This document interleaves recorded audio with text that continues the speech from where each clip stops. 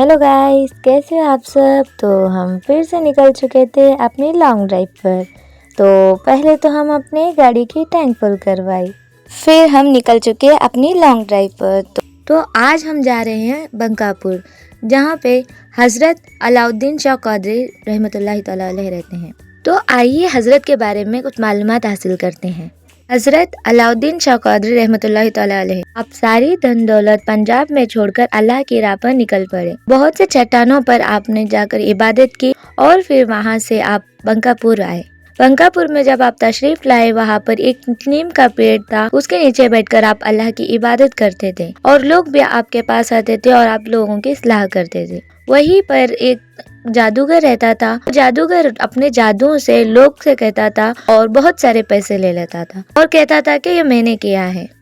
तो बहुत से लोग जो भी जादूगर के पास जाते थे, वो लोग भी आपके पास आने लगे, आप लोगों की इस्लाह करते थे।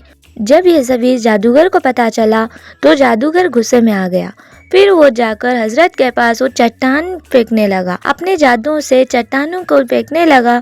तो चट्टान से भी हमारे हजरत को कोई नुकसान ना पहुंचा। तो फिर जादूगर ने सोचा कि मेरे जादू से इन्हें कुछ नहीं किया जा सकता।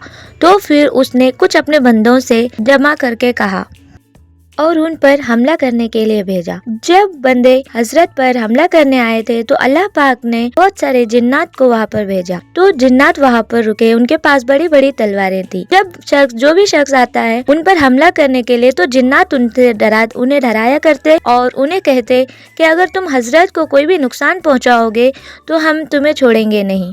तो फिर वो सारे शख्स वहाँ पर भाग गए। तो फिर जादूगर ने देखा कि ये सब से भी कुछ नहीं हो रहा। जादूगर जादू के अलावा कुछ जड़ी बूटियों का भी नॉलेज रखता था। तो फिर वो जंगल पर जाकर एक जड़ी बूटी बनवाई। बनाने के बाद एक पत्थर और एक ईंट पर उस जड़ी बूटी को डाला, तो वो ईंट एकदम सोने की बन गई।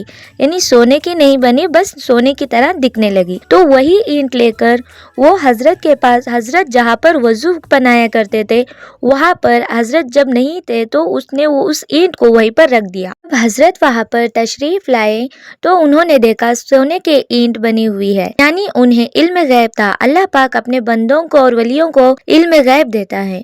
तो फिर उन्हें इल्म गैब था और उन्हें पता था कि जादूगर ने ये ईंट बनवा कर यहाँ पर रखा हुआ है। तो फिर वो वहाँ पर आकर देखा तो ईंट को उन्होंने ठोकर मारी और वो ईंट कुएं में जाकर पड़ी। फिर वहाँ पर जादूगर आया और उसने कहा कि इन्होंने मेरी ईंट, सोने की ईंट चुराई है। तो फिर हजरत ने कहा मैं ईंट लेकर क्या करूँ, अल्लाह वाले हम अल्लाह वालों को सोने चांदी से कोई फर्क नहीं पड़ता। तो जादूगर सब लोगों को बुलाकर उन पर तोहमत लगा रहा था।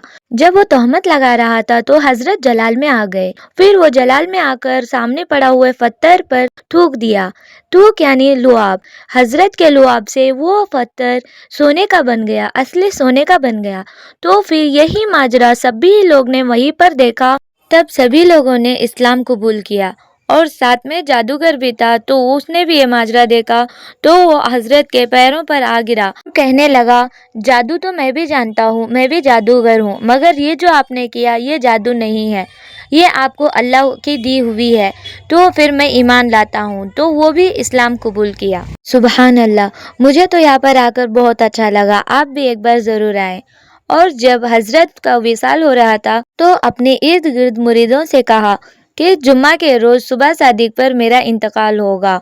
मुरीदों ने जैसे ही ये बात सुनी तो सभी गमगीन हो गए और रोने लगे और जुम्मा के दिन सुबह सादिक पर आपका विसाल हुआ।